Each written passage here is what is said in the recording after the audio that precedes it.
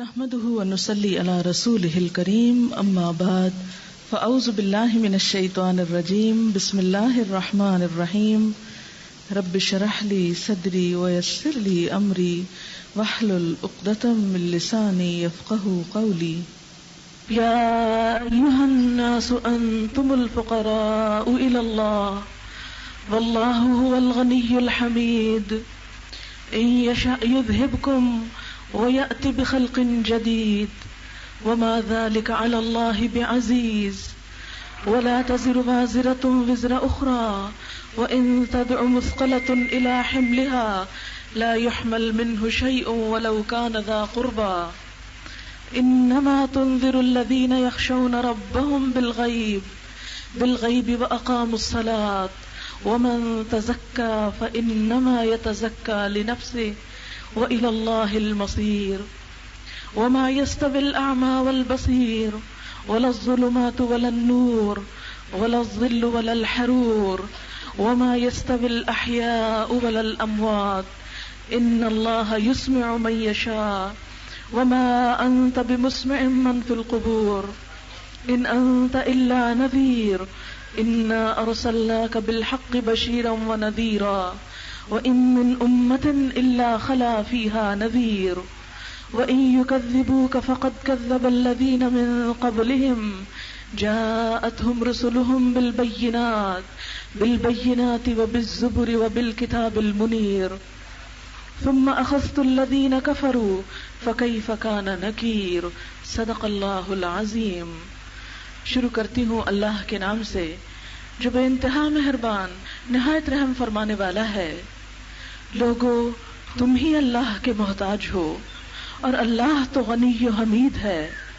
وہ چاہے تو تمہیں ہٹا کر کوئی نئی خلقت تمہاری جگہ لے آئے، ایسا کرنا اللہ کے لیے کچھ بھی دشوار نہیں ہے۔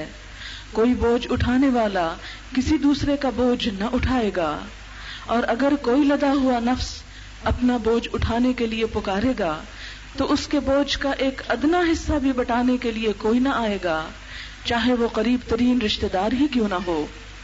اے نبی صلی اللہ علیہ وسلم، آپ تو صرف انہی لوگوں کو متنبہ کر سکتے ہیں جو بن دیکھے اپنے رب سے ڈرتے ہیں اور نماز قائم کرتے ہیں۔ جو شخص بھی پاکیزگی اختیار کرتا ہے اپنی ہی بھلائی کے لیے کرتا ہے، اور پلٹنا سب کو اللہ ہی کی طرف ہے۔ اندھا اور آنکھوں والا برابر نہیں ہے، نہ اندھیرے اور روشنی یکساں ہیں، نہ ٹھنڈی چھاؤں اور دھوپ کی تپش ایک جیسی ہے، اور نہ زندہ اور مردے برابر ہیں۔ اللہ جسے چاہتا ہے سناتا ہے، مگر اے نبی صلی اللہ علیہ وسلم، تم ان لوگوں کو نہیں سنا سکتے جو قبروں میں دفن ہیں۔ تم تو بس ایک خبردار کرنے والے ہو۔ ہم نے تم کو حق کے ساتھ بھیجا ہے، خوشخبری دینے والا اور ڈرانے والا بنا کر، اور کوئی امت ایسی نہیں گزری جس میں کوئی متنبہ کرنے والا نہ آیا ہو۔ اب اگر یہ لوگ تمہیں جھٹلاتے ہیں تو ان سے پہلے گزرے ہوئے لوگ بھی جھٹلا چکے ہیں۔ ان کے پاس ان کے رسول کھلے دلائل اور صحیفے اور روشن ہدایات دینے والی کتاب لے کر آئے تھے، پھر جن لوگوں نے نہ مانا ان کو میں نے پکڑ لیا، اور دیکھ لو میری سزا کیسی سخت تھی۔ اس وقت سورۃ فاطر کی چند آیات میں نے آپ کے سامنے پڑھی ہیں۔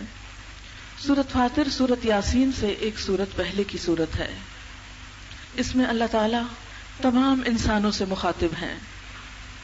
ارشاد باری تعالیٰ ہے، یا ایھا الناس، اے لوگو، سب لوگو، الناس جس میں تمام کے تمام لوگ شامل ہیں، خواہ وہ کسی رنگ، کسی نسل، کسی عمر، کسی علمی استعداد اور کسی بھی شکل اور زبان کے حامل ہوں، وہ کوئی بھی ہوں، وہ امیر ہوں یا غریب ہوں، وہ بوڑھے ہوں یا جوان ہوں، سب کو مخاطب کیا گیا۔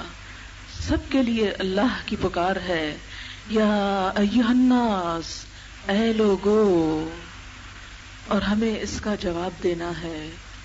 اگر ہم اپنے آپ کو انسانوں میں سے تصور کرتے ہیں، لوگوں میں سے تصور کرتے ہیں، تو ہمیں توجہ سے اللہ کی بات سننی ہے کہ اللہ تعالیٰ ہمیں پکار کر کیا بتانا چاہ رہے ہیں۔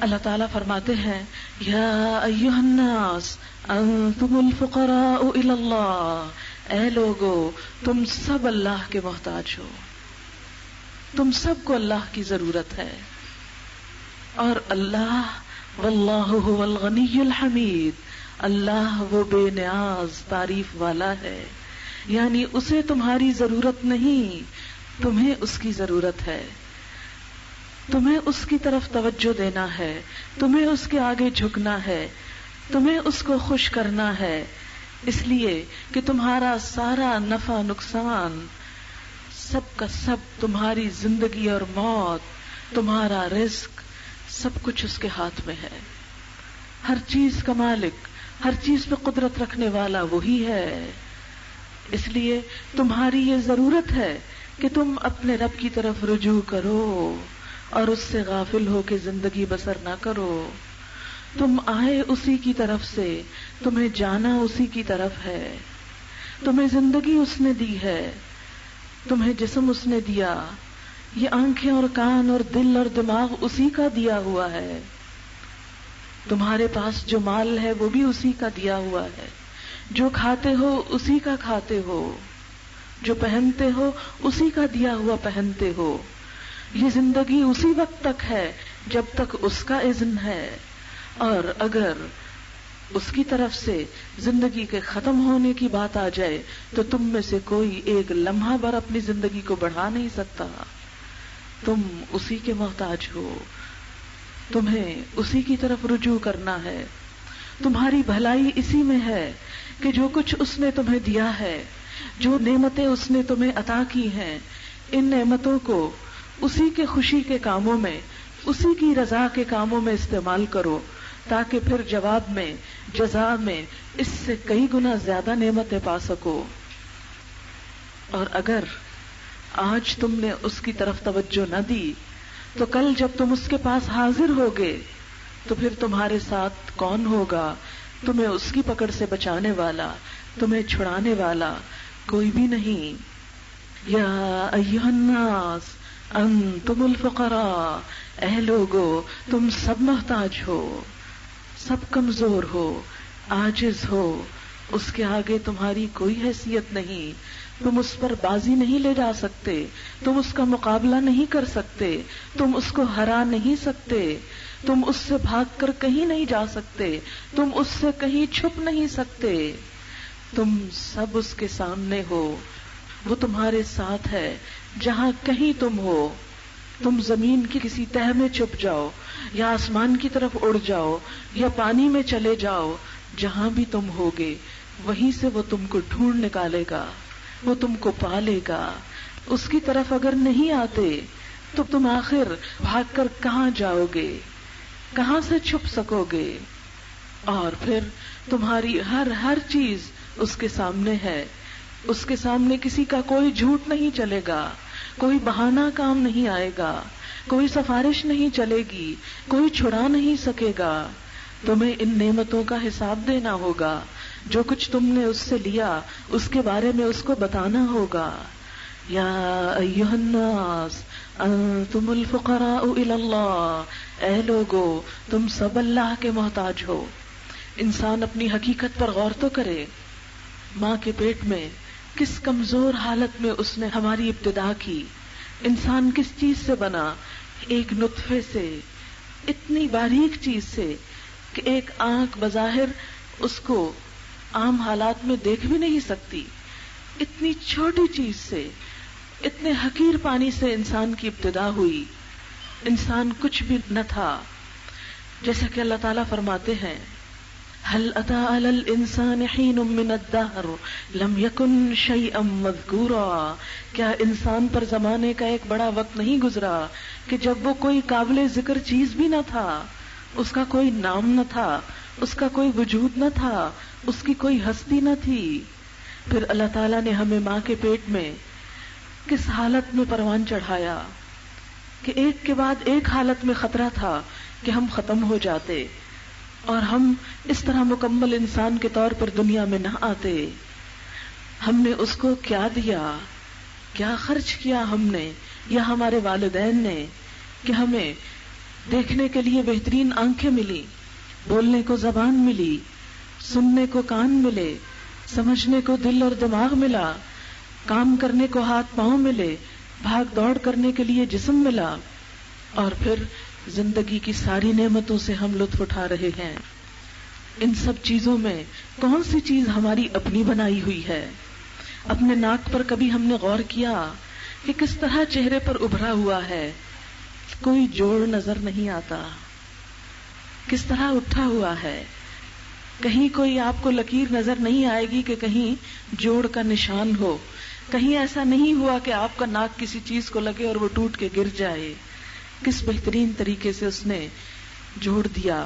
اپنے ہاتھوں پہ کبھی غور کیا کیسا بہترین کٹ ہے، یہ انگلیاں کتنا خوبصورت کٹ، کس طرح ہم ان کو موو کر سکتے ہیں، اور پھر کس طرح ان کے اندر لچک رکھی کہ ہم چیزوں کو پکڑ سکتے ہیں۔ یہ سب کچھ کس نے بنایا؟ اگر وہ ان کو سیدھا اکڑا ہوا بنا دیتا، ہم کوئی کام کرنے کے قابل نہ ہوتے، ہم تو کھانا بھی نہ کھا سکتے، ہم تو ایک گلاس نہ پکڑ سکتے کہ اپنی پیاس ہی بجھا سکیں، ہمیں بھی پھر شاید جانوروں کی طرح ہی کھانا اور پینا ہوتا۔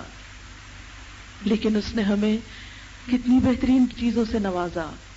ہم جھک سکتے ہیں، ہم نیچے کو ہو سکتے ہیں، ہم سیدھے ہو سکتے ہیں، ہم پیچھے کو ہو سکتے ہیں، ہم نیچے سے چیزیں اٹھا سکتے ہیں، ہم ہاتھ پھیلا کے اوپر سے اتار سکتے ہیں، ہم دائیں بائیں موو کر سکتے ہیں، چل پھر سکتے ہیں۔ اگر ان میں سے اللہ تعالیٰ صرف ایک طاقت لے لے، ہے جو کوئی ہمیں واپس دلا دے۔ ہم سو رہے ہوتے ہیں، ہمارا دل کام کر رہا ہوتا ہے، پورے جسم کو خون سپلائی ہو رہا ہوتا ہے۔ اگر ہمارے سونے کے ساتھ ہمارا دل بھی سو جاتا، ہم کیا کر سکتے تھے؟ پھر ہم میں سے کتنے لوگ زندگی کو باقی رکھ سکتے؟ ہماری کڈنیز ہر وقت کام کرتی رہتی ہیں۔ آپ کو معلوم ہوگا ان پیشنٹس کے بارے میں، ان مریضوں کے بارے میں جن کا ڈائلسس ہوتا ہے، مشین کے ذریعے جن کے خون کو اور جسم کو صاف کیا جاتا ہے، گردوں کا کام مشین کرتی ہے۔ آپ کو معلوم ہے کہ 2 پنیں جسم کے اندر لگتی ہیں، انتہائی پینفل پروسیجر ہوتا ہے، کئی قسم کی دوائیاں جسم میں ڈالی جاتی ہیں، اور پھر انسان کو کافی دیر اس مشین کے ساتھ بندھنا پڑتا ہے، چاہے وہ ایک مخصوص ایریے میں چل پھر بھی سکتا ہے، لیکن اس کے باوجود کتنا تکلیف دہ عمل ہوتا ہے، اور اس پر جو پیسے لگتے ہیں، اگر سال بھر کے گردوں کی صفائی کی رقم جمع کی جائے تو زندگی بھر کی پونجی بعض اوقات ختم ہو جاتی ہے۔ جا کر دیکھیں ان مریضوں کو، پوچھیں ان کا حال کہ جن کے صرف گردوں نے کام کرنا چھوڑ دیا، اور آہستہ آہستہ اتنی ورس کنڈیشن ہوتی چلی جاتی ہے کہ انسان سوچتا ہے کہ اس زندگی سے مر جانا بہتر ہے۔ صرف ایک نعمت کا چلے جانا۔ اگر ہمارے منہ سے دانت چلے جائیں تو ہم بہت سی غذائیں کھانے اور لطف اٹھانے کے قابل نہ رہیں۔ اگر ہماری سینس آف اسمیل چلی جائے، ہم سونگھ کے خوشبو اور بدبو کا احساس نہ کر پائیں، تو ہم کتنی بڑی نعمت سے محروم ہو جائیں۔ اگر ہمارے کانوں میں تھوڑا سا بھی بوجھ آ جائے، تھوڑی سی بھی سائیں سائیں ہونے لگے، غیر ضروری آوازیں آنے لگے، تو ہماری زندگی دوبھر ہو جائے، ہماری نیند حرام ہو جائے۔ اگر ہماری کسی ایک چھوٹی سی چیز کو بھی اللہ تعالیٰ واپس لے لے تو ہم کیا کر سکتے ہیں؟ اگر اللہ تعالیٰ پانی ہمارا پینے والا ہی خشک کر دے تو ہم پیاسے مر جائیں، اگر زمین گندم اگانا چھوڑ دے ہم بھوکے مر جائیں۔ ذرا سی کمی آتی ہے، پچھلے دنوں سنا ہوگا آپ نے، جب آٹے کی کمی ہوئی تھی کیا لوٹ مار شروع ہو گئی تھی، کس قدر پریشانی ہو گئی تھی، اور حالانکہ وہ چند دن کی بات تھی۔ کبھی گیس کی لوڈ شیڈنگ ہو جائے تو کھانا نہیں پکتا، کس قدر پریشانی ہوتی ہے، صرف ایک دن کسی چیز کی کمی ہو جائے۔ لیکن اللہ نے بے پناہ نعمتیں جو ہمیں دے رکھی، ہم ان کی قدردانی نہیں کرتے اور کبھی نہیں سوچتے کہ یہ سب کچھ ہمیں اللہ نے بغیر کسی قیمت کے دے دیا، ہمارے کچھ خرچ کیے بغیر۔ یا ایھا الناس انتم الفقراء الی اللہ، اے لوگو تم سب اللہ کے محتاج ہو۔ اور پھر اگر ہم اس زندگی میں چند روپے پا کر، یہ نعمتیں پا کر اللہ کی طرف مائل نہیں ہوتے، رجوع نہیں کرتے، اس کا شکر ادا نہیں کرتے، نماز نہیں پڑھتے، اس کا ذکر نہیں کرتے، اس کے دیے ہوئے رزق میں سے اس کی راہ میں خرچ نہیں کرتے، بندوں کی خدمت نہیں کرتے، تو مت سوچیں کہ یہ نعمتیں ہمارے پاس ہمیشہ رہیں گی۔ یہ تو چند دن کی مہمان ہیں، چند دن کی بات ہے، یہ سب کچھ بہت جلد واپس چلا جائے گا۔ اپنے ہی والدین کو دیکھیں، ہم میں سے بہت سے لوگوں کے والدین دنیا سے جا چکے ہیں، اور اگر زندہ بھی ہیں تو کس بے کسی کے عالم میں زندگی بسر کر رہے ہیں۔ جو انسان بڑھاپے کی طرف بڑھتا ہے، طرح طرح کی بیماریاں اس کے سامنے کھڑی ہوتی ہیں، چلنے پھرنے سے آوازار ہو جاتا ہے، دوسروں کی مدد کا محتاج ہو جاتا ہے۔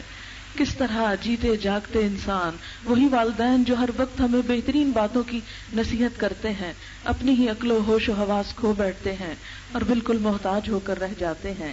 بڑھاپا انسان کی محتاجی کی ایک علامت ہے کہ جس میں دنیا میں ہی انسان کو بتا دیا جاتا ہے کہ کس طرح تم اپنے ہاتھ رکھتے ہوئے کچھ پکڑ نہیں سکتے، راشا ہو جاتا ہے، ہاتھ کانپنے لگتے ہیں، پاؤں رکھتے ہوئے چل نہیں سکتے، دانت ختم ہو جاتے ہیں، سب کچھ ہوتے ہوئے تم کھا نہیں سکتے، طرح طرح کی بیماریاں اس طرح گھیر لیتی ہیں کہ زندگی کی نعمتوں کا لطف ختم ہو جاتا ہے۔ لیکن انسان پھر بھی عبرت نہیں پکڑتا، نہ بوڑھے کو دیکھ کر، نہ بیمار کو دیکھ کر ہم اپنی جوانی، اپنے مال، اپنی اولاد میں اتنے مگن ہیں، ہم سمجھتے ہیں یہ نعمتیں ہمیشہ ہمارے پاس رہیں گی۔ ہرگز نہیں، ایک ایک چیز آہستہ آہستہ خاتمے کی طرف، فنا کی طرف بڑھ رہی ہے، اور بہت جلد وہ وقت آنے والا ہے جب یہ سب کچھ ہم سے واپس لے لیا جائے گا اور ہم خالی ہاتھ اللہ کی طرف لوٹا دیے جائیں گے۔ اور پھر یاد کریں، قبر کے اندر اترنے کے بعد کوئی ساتھ نہیں جائے گا، نہ دوست، نہ عزیز، نہ رشتہ دار، نہ والدین، کوئی بھی نہیں۔ جتنی بھی کوئی محبتوں کے دعوے کرے، تنہا، پھر پاس کون ہوگا؟ صرف اللہ کے رحم و کرم پہ۔ اس وقت کوئی کام نہ آئے گا، ہمارے یہ گھر یہیں رہ جائیں گے، ہمارے بچے یہیں رہ جائیں گے، ہمارے شوہر اور شادیاں کر لیں گے، ہمارے عزیز رشتہ دار 4 دن رو دھو کر ہمیں بھلا دیں گے، گھر کسی اور کے ہو جائیں گے، جائیدادیں دوسروں کے نام لگ جائیں گی، اور ہماری قبر کی تنہائیوں میں کون ہوگا؟ ہمارا عمل، جس سے ہم دور بھاگتے ہیں، جس کے لیے ہمارے پاس وقت نہیں، جس کے لیے ہمارے پاس وسائل نہیں، مال نہیں، ہمت نہیں، طاقت نہیں۔ اصل بات ہے سب کچھ ہے پر ایک دل نہیں مانتا۔ جس چیز کی طرف دل مائل ہو جاتا ہے وہ کام خود بخود آسان ہو جاتا ہے، اس میں پھر کچھ بھی مشکل نہیں رہتی۔ لیکن یاد کریں قبر کی تنہائی کو، اس لیے کہ ایک دن تو جانا ہے نا۔ ہے کوئی طریقہ جو ہمیں چھڑا لے اور بچا لے؟ جب کوئی فوت ہو جاتا ہے تو سب بیزار ہونے لگتے ہیں، اچھا جنازہ کس وقت ہے؟ جانے سے پہلے سب سے پہلے پوچھتے ہیں جنازہ کس وقت ہے، تاکہ پتہ چلے ہماری جان کب چھوٹے گی وہاں سے، کس وقت اٹھائیں گے اس کو اور ہم گھر آئیں گے، کس وقت ہماری خلاصی ہوگی۔ دنیا کی وفاداری کا تو یہ عالم ہوتا ہے۔ پھر جب ہم اندر چلے جاتے ہیں مٹی میں، اندھیرے میں، اور رات آ جاتی ہے، اور دور دور کوئی فریاد سننے والا نہیں، کوئی پوچھنے والا نہیں، کوئی کام آنے والا نہیں، کوئی آ کے چراغ جلائے گا بھی تو اوپر، اندر تو نہیں روشنی آئے گی، کوئی لا کے کھانا رکھے گا تو اوپر، اندر تو کچھ نہیں پہنچے گا۔ جو کچھ بھی ہوگا سب باہر، اور ہم اندر محتاج، لوگوں کی دعاؤں کے محتاج۔ کسی کا دل ہوگا تو دعا کرے گا نا، کسی کو وقت ہوگا تو دعا کرے گا۔ آج تو لوگوں کے پاس اپنے لیے دعا کرنے کا وقت کوئی نہیں، کسی کے لیے کون کرے گا؟ رسم دنیا نبھانے کے لیے اگر کوئی کر بھی دے تو پتہ نہیں کس دل سے کرے گا، اور صحیح بھی کرے گا یا نہیں کرے گا۔ اس لیے کہ ہم تو جہالت کے مارے یہ نہیں جانتے کہ مردے کے لیے دعا کیا کرنی چاہیے۔ ہم تو بیٹھ کے سورۃ فاتحہ پڑھ کے آ جاتے ہیں، جس کا مطلب ہے اہدنا الصراط المستقیم، یا اللہ ہمیں سیدھا راستہ دکھا۔ مردے کو کیا ملا اس سے؟ آپ نے پڑھا اللہ ہمیں سیدھا راستہ دکھا، اس بیچارے کو تو بخشش چاہیے، رحمت چاہیے، جنت چاہیے، قبر کے عذاب سے رہائی چاہیے۔ وہ کوئی دعا مانگتا ہی نہیں، لوگوں کو پتہ ہی نہیں کہ اس وقت مانگنا کیا ہے۔ اپنی زندگی میں اپنے لیے کچھ کرنے کا وقت کوئی نہیں، تو مرنے کے بعد کسی اور کے لیے کیا وقت ہے؟ کون یاد کرے گا؟ اور اگر واقعی ہم نے لوگوں کی بڑی خدمت کر رکھی ہے نا، اور ہمیں چاہنے والے بے شمار ہیں، اور ہم سے محبت کرنے والے ہزار ہیں، وہ بھی تو چلے جائیں گے نا ایک دن۔ وہ کب تک دنیا میں رہیں گے کہ ہمیں یاد کرتے رہیں گے ہمارے پیچھے؟ اور ایک کے بعد ایک جنریشن گزر گئی، ایک نسل گئی، سب بھول گئے۔ آپ کو پتا ہے آپ کی نانی کا نام کیا تھا؟ کوئی ایک مجھے اس محفل میں سے بتا دے کہ نانی کی نانی کا نام کسی کو نہیں آتا ہوگا۔ 2 سے تیسری جنریشن میں بھول جاتے ہیں، نام بھول جاتے ہیں، دعائیں کون کرے گا، ہمارے نام پہ صدقے خیرات کون کرے گا؟ ہم اپنے لیے تو اللہ کی راہ میں کچھ دے نہیں سکتے، کسی سے توقع ہے کہ ہمارے مرنے کے بعد ہمارے لیے دیں گے؟ کون دیتا ہے؟ دنیا میں تو کوئی دے نہیں رہا، دنیا میں تو خود اپنے لیے ہمیں دینے کی توفیق نہیں، مرنے کے بعد دوسروں پہ آس ہے وہ ہمارے لیے دیں گے۔ خود قرآن کھول کے نہیں پڑھتے، دوسروں پہ آس رکھی ہوئی ہے کہ وہ پڑھ کے بخشیں گے، پتہ نہیں کیا پڑھیں گے اور کیا نہیں پڑھیں گے، کس دل سے پڑھیں گے، الٹا پڑھیں گے، سیدھا پڑھیں گے، غلط پڑھیں گے، صحیح پڑھیں گے، بیچ میں سے صفحے مس کریں گے، ادھر سے ادھر سکپ کر کے جان چھڑا کے اٹھ جائیں گے کہ کب یہ ختم ہو اور ہماری جان چھوٹے۔ ایسی بیزاری سے پڑھا ہوا کس کو لگے گا؟ وہ تو اپنی شہرت بناتے ہیں، اتنے پڑھ کے بخشے اور اتنے پڑھ کے دیے، اور ویسے بھی نبی صلی اللہ علیہ وسلم سے کوئی ثابت نہیں کہ آپ نے کسی کو اتنے قرآن پڑھ پڑھ کے بخشے ہوں۔ وہ تو جو پڑھتا ہے اسی کو ہی فائدہ ہوتا ہے۔ اگر میں یہ پانی پی رہی ہوں تو آپ کو کیا ملے گا؟ آپ کو کیا مل سکتا ہے؟ اسی وقت ملے گا اگر میں آپ کو یہ دے دوں۔ دنیا کی مادی چیزیں پانی تو دے سکتی ہوں، لیکن اگر قرآن کی تلاوت میں کر رہی ہوں تو یہ میں اپنے منہ سے نکال کے آپ کو نہیں دے سکتی جب تک آپ نہ بولیں، آپ نہ سیکھیں، آپ نہ وہ الفاظ دہرائیں۔ لیکن ہمارے پاس تو وقت ہی نہیں قرآن پڑھنے کا، ہمارے پاس تو گاڑی نہیں ہے، ہمارے پاس تو پیسے ہی نہیں ہیں کہ ہم کسی ایسی جگہ پر ہی جائیں کہ جہاں ہمیں کوئی سکھا دے۔ دنیا کے سب کام کرنے کے لیے ہمارے پاس طاقت ہے، اللہ کے لیے وقت نہیں۔ اور اللہ وہ ذات کہ انتم الفقراء الی اللہ، جس کے ہم سب محتاج ہیں، جس کے بغیر ہمارا گزارا ہی نہیں، جس کے بغیر ہمارے لیے کوئی امید کی جگہ ہی نہیں، جس سے بڑھ کر ہم سے کوئی پیار کرنے والا ہی نہیں۔ واللہ هو الغنی الحمید، اور اللہ وہ بے نیاز ہے، تعریف والا ہے۔ مت سوچو کہ تم اس کی عبادت کرو گے تو اس کو کچھ ملے گا، اور اگر تم نے اس کی عبادت نہ کی تو شاید اس کا نام لینے والا کوئی نہیں۔ کائنات کے اندر اتنی مخلوق ہے کہ ایک ایک ذرہ اللہ کی عبادت کر رہا ہے۔ وَإِن مِّن شَيْءٍ إِلَّا يُسَبِّحُ بِحَمْدِهِ وَلَٰكِن لَّا تَفْقَهُونَ تَسْبِيحَهُمْ، کوئی چیز ایسی نہیں کہ جو اس کی تسبیح نہ کر رہی ہو، لیکن تم اس کی تسبیح کو سمجھتے نہیں۔ ہر چیز اللہ کی تسبیح کر رہی ہے، پوری کائنات، ایک ایک درخت، ایک ایک پتا، پتھر، ستارے، پرندے، ہر چیز اللہ کی تسبیح کر رہی ہے۔ اگر آپ تسبیح نہیں پڑھیں گے، آپ ذکر نہیں کریں گے، آپ محروم رہ جائیں گے، اللہ کو تو کچھ نقصان نہ ہوگا۔ اور پھر ہم نماز نہیں پڑھیں گے، اللہ کا کچھ نہیں بگڑتا۔ وَلِلَّهِ يَسْجُدُ مَن فِي السَّمَاوَاتِ وَالْأَرْضِ، اللہ کے لیے سجدہ کر رہی ہے ہر وہ چیز جو آسمانوں میں اور زمین میں، ہر چیز اس کے آگے جھکی ہوئی ہے۔ اگر ہم نہیں جھکیں گے تو اس کی بادشاہت کو کوئی نقصان نہیں۔ وَاللَّهُ هُوَ الْغَنِيُّ الْحَمِيدُ، اللہ بے نیاز تعریف والا ہے۔ إِن يَشَأْ يُذْهِبْكُمْ وَيَأْتِ بِخَلْقٍ جَدِيدٍ، اگر وہ چاہے تو تمہیں لے جائے اور ایک نئی مخلوق کو لے آئے، اور اللہ کے لیے کچھ بھی مشکل نہیں۔ وَمَا ذَلِكَ عَلَى اللَّهِ بِعَزِيزٍ، جب ہم نافرمانیاں کرتے ہیں اور جب ہم اس کو توجہ نہیں دیتے، اس کو اپنی زندگی میں امپورٹنس نہیں دیتے، تو ہم اس کی مجبوری نہیں ہے۔ اور مت سمجھیں کوئی پکڑ نہیں ہوئی ہماری نافرمانیوں کے باوجود ہمیں دنیا زیادہ ملی تو ہم اور نافرمانی کرتے چلے جائیں، نہیں۔ اللہ تعالیٰ فرماتے ہیں ایسا نہیں کہ تم اتنے سارے مل کے نعوذ باللہ اللہ کو ہرا رہے ہو کہ تمہیں پکڑ نہیں سکتا۔ إِن يَشَأْ يُذْهِبْكُمْ، وہ چاہے تم سب کو لے جائے، وَيَأْتِ بِخَلْقٍ جَدِيدٍ، اور ایک نئی مخلوق لے آئے، وہ نئے لوگوں کو لے آئے۔ اور آپ کو معلوم ہے کہ دنیا میں کئی دفعہ ایسا نظارہ دیکھا گیا کہ جب لاکھوں لوگ ختم کر دیے گئے اور دوسری قومیں وہاں پر آ گئیں۔ بغداد میں ہلاکو خان نے جب حملہ کیا تھا، مسلمانوں کی کتابوں کو دجلہ و فرات میں پھینک کے دریاؤں کو سیاہ کر دیا، اتنے مسلمانوں کو قتل و غارت کیا کہ گلیاں خون سے بہہ اٹھیں، ختم ہو گئے مسلمان۔ اور اس کے بعد جو آنے والے لوگ تھے آہستہ آہستہ انہوں نے اسلام قبول کیا اور پھر انہوں نے دین کی خدمت کی اور نئے جوش و جذبے کے ساتھ اس کے دین کی خدمت کی۔ پھر اس کے بعد اسپین کا حال دیکھیں، آپ کو معلوم ہے کہ اسپین میں مسلمانوں کے ساتھ کیا ہوا؟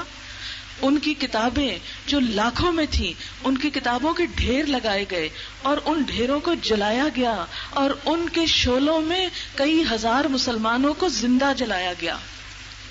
جب کوئی قوم اسلام کا دعویٰ کرے لیکن پھر اسلام کے حکم پر نہ چلے، اللہ کی بات نہ مانے، تو بعض اوقات اللہ تعالیٰ دنیا میں ہی نمونہ دکھا دیتے ہیں۔ بعض اوقات مسلمانوں کا اتنا خون بہایا گیا کہ کہا جاتا ہے کہ بعض جگہوں پہ خون گھٹنوں تک آتا تھا، تحقیق کر دیا گیا مسلمانوں کو۔ آج ہم صرف زبان کے مسلمان رہ گئے۔ اگر صرف ڈش دیکھتی رہیں تو ہم اللہ کو کیا جواب دیں گے کہ یا اللہ ساری زندگی پیسے کمائے تھے، جمع کیے تھے کہ اپنی نسلوں کو غیر مسلموں کا کلچر دکھا دکھا کے غیر مسلم ہی بنا ڈالیں۔ آج ہمارے بچے اگر بظاہر مسلمان نظر بھی آتے ہیں تو ان کی سوچ اور ان کا ذہن صحیح معنوں میں مسلمان نہیں رہا، ان کے ہیروز مسلمان نہیں ہیں، ان کے ہیروز عمر اور ابو بکر نہیں ہیں۔ وہ انڈین فلموں کے اداکار تو ہو سکتے ہیں لیکن وہ صحابیات اور امہات المومنین کے نام نہیں جانتے، وہ اسلامی تاریخ اور اسلامی کلچر سے بالکل بے بہرا ہیں۔ وہ اسلامک کلچر کہ جس نے دنیا کو رہنمائی کی تھی، جو دنیا کی سپر پاورز کو ڈومینیٹ کر گیا تھا، ہم نے اسلام پر چلنے کے لیے عملی طور پر کوئی کوشش نہیں کی۔ آج ہماری زندگی میں وہ کچھ بھی نظر نہیں آتا جو صحابہ کرام کی زندگی میں تھا۔ آج اگر اللہ کے رسول صلی اللہ علیہ وسلم ہمارے حال آ کر دیکھیں، ہمارے گھروں کی شادیاں دیکھیں، ہمارے مرنے دیکھیں، ہمارے جینے دیکھیں، ہمارے بازار دیکھیں، تو کیا ہم پر فخر کریں کہ شادیوں اور بیاہوں میں تو ہم نے ہندوانہ رسموں کو ایک ریچول سمجھ کر اختیار کر لیا، ایک ایک رسم پر ہم ہزاروں اڑانے کو تیار ہیں صرف نام کی خاطر۔ کیا اللہ کے رسول صلی اللہ علیہ وسلم کے ہاں بھی شادیاں اسی طرح ہوتی تھی جس طرح ہمارے ہاں ہو رہی ہیں؟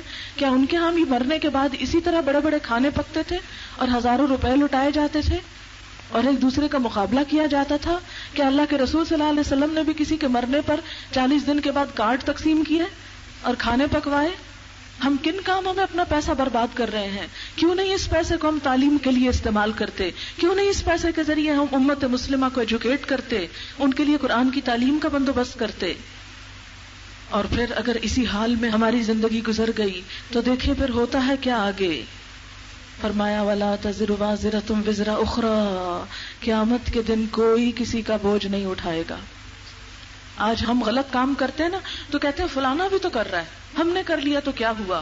قیامت کے دن آپ اللہ کو راضی نہیں کر سکتے یہ کہہ کے یا اللہ فلانا غلط کرتا تھا لہٰذا میں نے غلط کیا، اب اس کی سزا بھی اس کو دے دیں جس کو دیکھ کے میں نے غلط کام کیا۔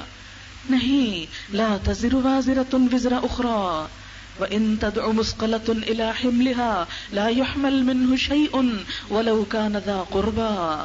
اگر کوئی بوجھ سے لدا ہوا شخص، گناہوں کی پوٹلی اٹھائے ہوئے شخص، اس کی کمر جھکی جا رہی ہو اور کسی کو آواز دے ادھر آؤ میرے گناہ کچھ لے لو کہ میں سیدھا کھڑا تو ہو سکوں، لا يحمل منه شيء، کوئی کسی کا ذرہ برابر گناہ نہ لے گا، وَلَوْ كَانَ ذَا قُرْبَىٰ، اگرچہ قریبی رشتہ دار ہی کیوں نہ ہو۔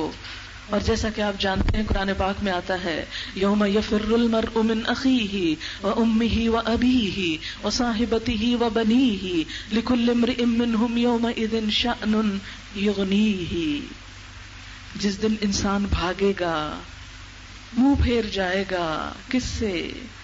من اخیہ، اپنے ہی بھائی سے۔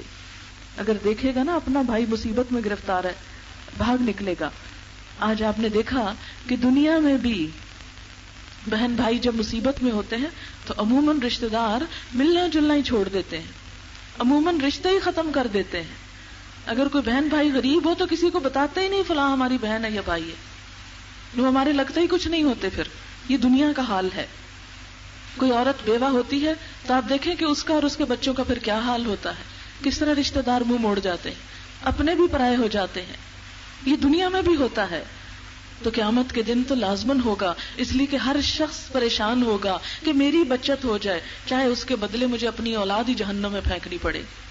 یود المجرم لو یفتدی من عذاب یومئذ ببنیہ، اس دن مجرم چاہے گا کاش آج کے دن کے عذاب سے بچنے کے لیے اپنے بیٹے کو فدیے میں دے دوں، یا اللہ یہ میرا بیٹا میری جگہ جہنم میں ڈالو، مجھے نکال لو۔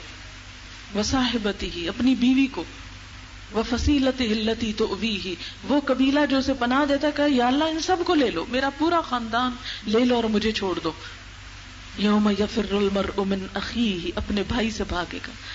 وَأُمِّهِ اپنی ماں سے بھاگے گا، میں ماں کی شکل نہ دیکھوں کہ ماں کہے ادھر آؤ بچے ایک نیکی دے دو. وَأَبِيهِ باپ سے بھاگے گا، وَصَاحِبَتِهِ اپنی بیوی سے بھاگے گا، وَبَنِيهِ اپنے بیٹے سے بھاگے گا، اپنے بیٹے کو منہ نہ لگائے گا چلے جاؤ دور ہو جاؤ میں تمہیں نہیں دیکھنا چاہتا، میرے پاس کوئی نہ آئے مدد مانگنے کے لیے. الل اعلان کہے گا انسان. کیوں؟ لِكُلِّ امْرِئٍ مِّنْهُمْ يَوْمَئِذٍ شَأْنٌ يُغْنِيهِ کیونکہ ہر انسان پہ خود ایسا حال ہوگا جو اسے دوسرے سے بے نیاز کر دے گا، کہے گا کہ مجھے کسی کی پرواہ نہیں. آپ دیکھیں آج بھی اگر ہمارے سر میں شدید درد ہوتی ہے نا اور ہم چکر کھا رہے ہوتے ہیں تو وہ مائیں جو بچوں کو دودھ پلاتی ہیں کہتی لے جاؤ میں نہیں دودھ پلاتی، لے جاؤ اس کو یہاں سے، مجھے ہوش نہیں ہے، لے جاؤ یہاں فلاں بھی چلا جائے، فلاں بھی دور ہو جاؤ، نکل جاؤ. کس طرح لوگ بیماری کے عالم میں چیختے ہیں. آخرت کے دکھوں اور تکلیفوں میں کوئی کسی کو نہیں پوچھے گا، سب بے وفا ہو جائیں گے. یہ بے وفائی تو مرنے کے ساتھ ہی نظر آ جاتی. ایک شخص بھی قبر میں ساتھ نہیں جاتا. ہائے میری اماں اکیلی کیسے رہے گی. دنیا میں تو پھر بھی ترس کھا لیتے نا، ہائے میری ماں اکیلی ہے میں اس کے پاس رہ لوں، ماں کو اپنے پاس بلا لے. بڑے ہو کر جب شادیاں ہو جاتی ہیں ماں باپ اکیلے ہو جاتے ہیں پھر بھی ہم تڑپتے ہیں ہمارے پاس آ جائیں، ہمارے پاس آ کے رہ لیں، چلے کچھ دن آپ ان کے پاس گزار آئیں.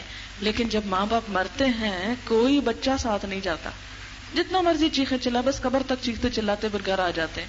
اندر تو کوئی نہیں لیٹتا ساتھ، لیٹ سکتا ہی نہیں، کوئی لیٹنا چاہے بھی نا لیٹ سکتا ہی نہیں. یہ ہم سب کے ساتھ ہونے والا ہے، یہ ہم سب نے دیکھنا ہے. اور وہ دن آنے والا ہے کہ لا تزر وازرۃ وزر اخری، کوئی کسی کا بوجھ نہ اٹھائے گا، اور اگر کوئی اٹھانا بھی چاہے گا تو اٹھانے دیا ہی نہ جائے گا. ولو کان ذا قربا، اگرچہ قریبی رشتہ دار ہی کیوں نہ ہو. انما تنذر الذین یخشون ربهم بالغیب واقاموا الصلاۃ. اے نبی صلی اللہ علیہ وسلم آپ تو انہی لوگوں کو خبردار کر سکتے ہیں جو بن دیکھے اپنے رب سے ڈرتے ہوں. بات انہی پہ اثر کرتی ہے کہ جو رب سے غائبانہ طور پر ڈرتے ہوں اور سمجھتے ہوں کہ انہیں اپنے رب کے پاس واپس جانا ہے اور ایک دن اس کے سامنے حاضر ہونا ہے اور اس کو حساب دینا ہے، اس رب کے سامنے جس سے ہم کچھ بھی نہیں چھپا سکتے. وَأَقَامُوا الصَّلَاةَ، اور جو نماز قائم کریں. نماز. نبی اکرم صلی اللہ علیہ وسلم جب مرض الموت میں آخری دنوں میں تھے اور مسجد نہ جا سکتے تھے تو حضرت ابوبکر صدیق رضی اللہ تعالیٰ عنہ کو اپنی جگہ نماز پڑھانے کے لیے مقرر کیا. وہ نماز پڑھاتے تھے کہ ایک دن نبی صلی اللہ علیہ وسلم کو تھوڑا افاقہ ہوا. آپ سہارا لے کر مسجد کی طرف لپکے، پردہ اٹھا کے دیکھا تو دیکھا کہ صحابہ کرام خشوع و خضوع کے ساتھ نماز پڑھ رہے ہیں. حضرت ابوبکر ہچکیاں لے لے کے رو رہے ہیں اور نماز پڑھا رہے ہیں. شدید انہماک ہے نماز میں، سب حاضر ہیں. اس کے باوجود جب آپ فوت ہونے لگتے ہیں تو نماز کی تلقین کرتے ہیں. آپ سوچیں کہ وہ جنہوں نے سب کو نماز پڑھتے دیکھا اور اتنے خشوع و خضوع کے ساتھ نماز پڑھتے دیکھا، پھر بھی آخری بات میں جو تلقین ہے امت کو وہ نماز کی. اور آج آپ دیکھیں کہ ہم میں سے بہت سے لوگ اس بات کی شکایت کرتے ہوئے نظر آتے ہیں کہ ہم تو نماز پڑھتے ہیں ہمارے بچے نہیں پڑھتے، ہم کیا کریں. اکثریت اس بات پر پریشان ہے. آپ خود سوچیں اگر ہمارے بچے ہمارے سامنے نہیں پڑھ رہے تو ہمارے دنیا سے جانے کے بعد وہ کیسے پڑھیں گے، اور اگر وہ نہیں پڑھتے تو ان کی اولاد کیسے پڑھے گی. اور آہستہ آہستہ نماز ختم ہوتی چلی جائے گی. اور اگر نماز جیسی چیز ختم ہو جائے تو اس کا صاف مطلب ہے کہ اللہ سے نہیں ڈرتے ہم. ہاں ہو رہی اذان، اللہ تعالیٰ آپ بلا رہے ہیں، بلاتے رہیں، ہم نہیں آ رہے. زبان حال سے پکار کے کہتے ہیں کیا کر سکتے ہو کر لو، ہم نہیں آ رہے نماز پڑھنے، نہیں پڑھتے ہم. ایسے لوگ پھر اللہ کے دین کا کیا کام کریں گے؟ پھر آگے آئندہ آپ کی نسلوں میں اسلام کو کیسے چلائیں گے؟ کس قدر پریشانی کی بات ہے. اور ہر گھر میں ہے یہ پریشانی، گھر گھر میں ہے. کبھی ہم نے سوچا یہ کیوں ہے؟ اس لیے کہ ہم نے اپنے بچوں کو لاڈ لاڈ میں وہ کچھ خرید کے لا کے دیا، وہ کچھ ان کو تعلیم دی کہ جہاں نماز کوئی اہم چیز نہ تھی. گیمز میں، ٹیلی ویژن میں، موویز میں اتنا ان کو انوالو کر دیا کہ ان کے دل سے نماز کی محبت ہی ختم ہو گئی، نماز کے لیے وقت ہی ختم ہو گیا، نماز کا شوق ہی ختم ہو گیا. وہ دل اتنے سخت ہو گئے دنیا کی ان حرام چیزوں کو دیکھ دیکھ کے کہ نماز کی طرف بھلا کیوں جائیں. اب اگر ہم پریشان بھی ہوں تو کیا کر سکتے ہیں؟ ہمارے اپنے ہاتھوں کی فصل ہے، ہماری کمائی ہے. نماز کے لیے تو صرف زبان سے کہا، نہ ان کی کوئی دینی تعلیم کا انتظام کیا، نہ ان کو کسی نیک مجلس میں بٹھایا. اب بھی بہت دفعہ ایسے ہوتا ہے مائیں خود درس سننے چلی جاتی ہیں، جوان بچیوں کو نہیں کوشش کرتی. اور جوان ہونے کا انتظار کیوں؟ بچپن سے انہیں انگلی لگا کے ساتھ لے جائیں گے تو ان کو احساس ہوگا. اور پھر آپ دیکھیں قرآن پاک میں اللہ تعالیٰ ہمیں جنت اور جہنم والوں کی گفتگو سنواتے ہیں کہ جنت والے جب جنت میں پہنچ جائیں گے تو پہنچ کر کیا کریں گے؟ فی جنات یتساءلون، جنت میں سوال کریں گے عن المجرمین، مجرموں کے بارے میں. ما سلککم فی سقر، کیا چیز تمہیں دوزخ میں لے گئی؟ قالوا لم نک من المصلین، وہ کہیں گے ہم نماز پڑھنے والوں میں سے نہ تھے، ہم نماز نہیں پڑھتے تھے. صاف لکھا ہوا ہے، قرآن میں لکھا ہوا ہے کہ جہنم والے جب جہنم میں پہنچیں گے چیخیں گے چلائیں گے تو جنت والے ان کے رشتہ دار دوست ان سے پوچھیں گے یہ تم جہنم میں کیوں پہنچ گئے؟ تم تو بڑے اچھے اخلاق کے تھے، تم تو بڑی دوسروں کی مدد کرتے تھے، پھر بھی جہنم میں پہنچ گئے، کس چیز نے تمہیں یہاں پہنچایا؟ قالوا لم نک من المصلین، کہیں گے ہم نماز نہیں پڑھتے تھے. ولم نک نطعم المسکین، اور ہم مسکین کو کھانا نہیں کھلاتے تھے، ہم غریبوں کا خیال نہیں رکھتے تھے. وَكُنَّا نَخُوضُ مَعَ الْخَائِضِينَ، اور ہم بحثیں کرنے والوں کے ساتھ مل کے بحثیں کرتے تھے، دین کے معاملے میں بحثیں کرتے تھے، حجت بازی کرتے تھے. آج ہمارا حال یہی ہے نا کہ اگر کوئی دین کی طرف چل پڑے تو ہم حجت بازی شروع کر دیتے ہیں، بحث شروع کر دیتے ہیں، یہ بات ایسے کیوں ہے، یہ ویسے کیوں ہے، اس کی تو کوئی لاجک سمجھ نہیں آتی، اس کی تو کوئی ریزن ہمیں سمجھ نہیں آتی. اور اس طرح اپنے آپ کو تسلی دے دیتے ہیں کہ جو ہم کر رہے ہیں وہ بالکل صحیح ہے اور جو کچھ قرآن سنت میں لکھا ہے اس کی کوئی سینس نہیں بنتی. کل ہی مجھے کسی نے خط دیا، ابھی بھی میرے بیگ میں موجود ہے، کسی صاحب کا لکھا ہوا ہے. انہوں نے میرے شوہر کو لکھ کے بھیجا ہے اپنی بیوی کے بارے میں کہ ان کی بیوی کے خیالات ایسے اور ایسے ہیں. ایک ایک چیز کو پڑھ کے روح کانپتی ہے. پڑھی لکھی ایجوکیٹڈ خاتون ہیں، ڈاکٹر ہیں کہیں، اور اسلام کے بارے میں کیا معلومات ہیں. کہتے ہیں کہ میری بیوی کے چند خیالات جن سے میرے پاؤں کے نیچے سے زمین نکل گئی آپ کے گوش گزار کرنا چاہتا ہوں تاکہ آپ کی وساطت سے اللہ کی مدد رہنمائی حاصل کی جائے. بیوی کہتی ہیں کہ ہمارے دین میں 1400 سال پرانی باتیں ہیں جبکہ اب حالات مختلف ہیں. میں کسی ایسی چیز کو نہیں مانتی جس میں کوئی لاجک نہ ہو، لہٰذا قرآن کی جو چیز میری سمجھ میں آتی ہے مانتی ہوں، جو سمجھ میں نہیں آتی نہیں مانتی. اب آپ دیکھیں ہماری عقل ہی کیا ہے، یہ ہمارے پڑھے لکھے لوگ کہہ رہے ہیں. اور پھر اس کے بعد یہ کہ جب سمجھ آئے گی تو مان لوں گی. اب آپ دیکھیں کہ جب سمجھ آئے گی تو مان لوں گی تو کون سمجھائے گا؟ کوئی سمجھائے گا تو سمجھ آئے گی نا. اب مسئلہ یہ ایسا ہی ہے کہ جو کوئی کہے میں کسی ڈاکٹر کے پاس نہیں جاتی، مجھے جب تک ڈاکٹر یہ نہ سمجھائے کہ اس دوائی کا کیا اور کیا اثر اور اس میں کیا کچھ پڑا ہوا ہے میں دوائی نہیں کھاؤں گی. نہیں، ایسا نہیں ہو سکتا. پھر اسی طرح یہ ہے کہ واقعہ معراج سرے سے ہوا ہی نہیں، یہ سب خواب تھا، اس کا حقیقت سے کوئی واسطہ نہیں. پھر اسی طرح نعوذ باللہ حضرت عیسیٰ علیہ السلام کے بارے میں کہ حضرت مریم کو ڈر تھا کہ حضرت عیسیٰ علیہ السلام نے بڑے ہو کر رات سے پردہ نہ اٹھایا، یعنی وہ ان کے کسی ناجائز بوائے فرینڈ کا بیٹا تھا. یہ مسلمان خاتون ہیں. پھر اسی طرح شراب پینا منع نہیں بلکہ نشے میں آنا منع ہے، اس لیے پارٹیز میں سمپلی تھوڑا بہت پینے میں کوئی حرج نہیں. پورک صفائی کے لیے منع کیا گیا تھا، اب صاف ہو گیا اس لیے کھانا حلال ہے. پگ، سور. اسی طرح ایک سے ایک بڑھ کر یہ کئی صفوں کا خط ہے. اگر یہ کسی جاہل انسان کا ہوتا نا تو ہم کہتے ہائے بیچارہ لا علم، اس کو کیا خبر. لیکن افسوس یہ کہ ہمارے ہائیلی ایجوکیٹڈ لوگ اس قسم کے خیالات رکھتے ہیں. بتائیں میرے اور آپ کے پاس کیا حل ہے اس کا؟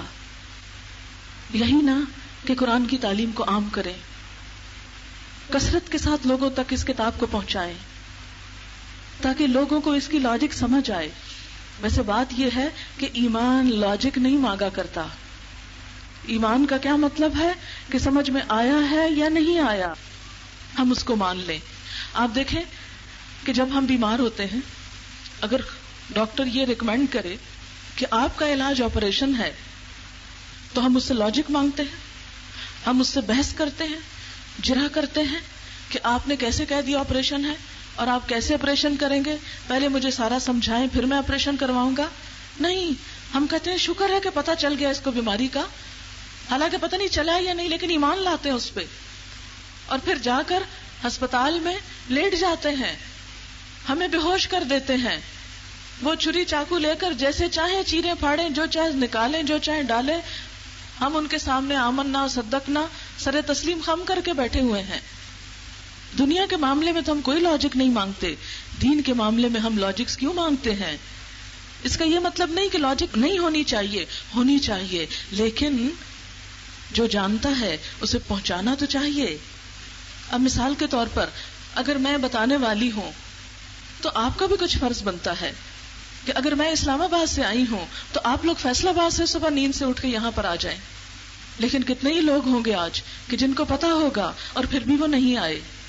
قیامت کے دن جا کے یہ کہہ سکیں گے کہ یا اللہ فلاں تیری بات کی لاجک نہیں تھی پتا، اس لیے ہم نے مانا ہی نہیں. جب بتانے کے ذرائع موجود ہیں تو ہم میں سے جو شخص آ کے سن سکتا ہے سنے، جو سن کے گیا ہے وہ دوسروں کو بتائے، جو خود نہیں بتا سکتا وہ کتاب پڑھ کے سنائے، کسی کو کیسٹ سنوائے، کسی طرح کا انتظام کرے. پوری امت مسلمہ کا فرض ہے کہ ہم اللہ کے دین کے لیے اپنی صلاحیتوں کو وقف کریں، اس کے لیے اٹھیں، کوشش کریں، اپنے اس وقت کو غنیمت جانیں. اللہ نے ہمیں چن لیا، ہم چنے ہوئے لوگ ہیں. اللہ نے دوسری قوموں کو اگر مسلمان کر دیا ہوتا اور ہم کافر ہوتے تو ہمارا کیا حال ہوتا؟ کیا ہم اپنے لیے یہ نہ چاہتے کہ ہمیں بھی کوئی مسلمان کرے، ہمیں بھی کوئی آگ سے بچائے؟ آج ہم کیوں سو گئے کہ جو لوگ ایمان سے دور ہیں انہیں ایمان کی طرف لانا ہے اور ان کو جگانا ہے. ہمیں تو ابھی اپنے مسلمانوں کو مسلمان نہ کر سکے، ان کو کیا بتائیں گے؟ اور اس کام کے کرنے کے لیے سب سے پہلی بات کیا ہے کہ انما تنذر الذین یخشون ربهم بالغیب، غیبانہ طور پر رب کی خشیت، رب کی عظمت کا احساس، رب سے ڈر، اور نماز کا قائم کرنا، اپنی عملی زندگی سے اصلاح کرنا، سب سے پہلے خود نماز کا پابند ہونا.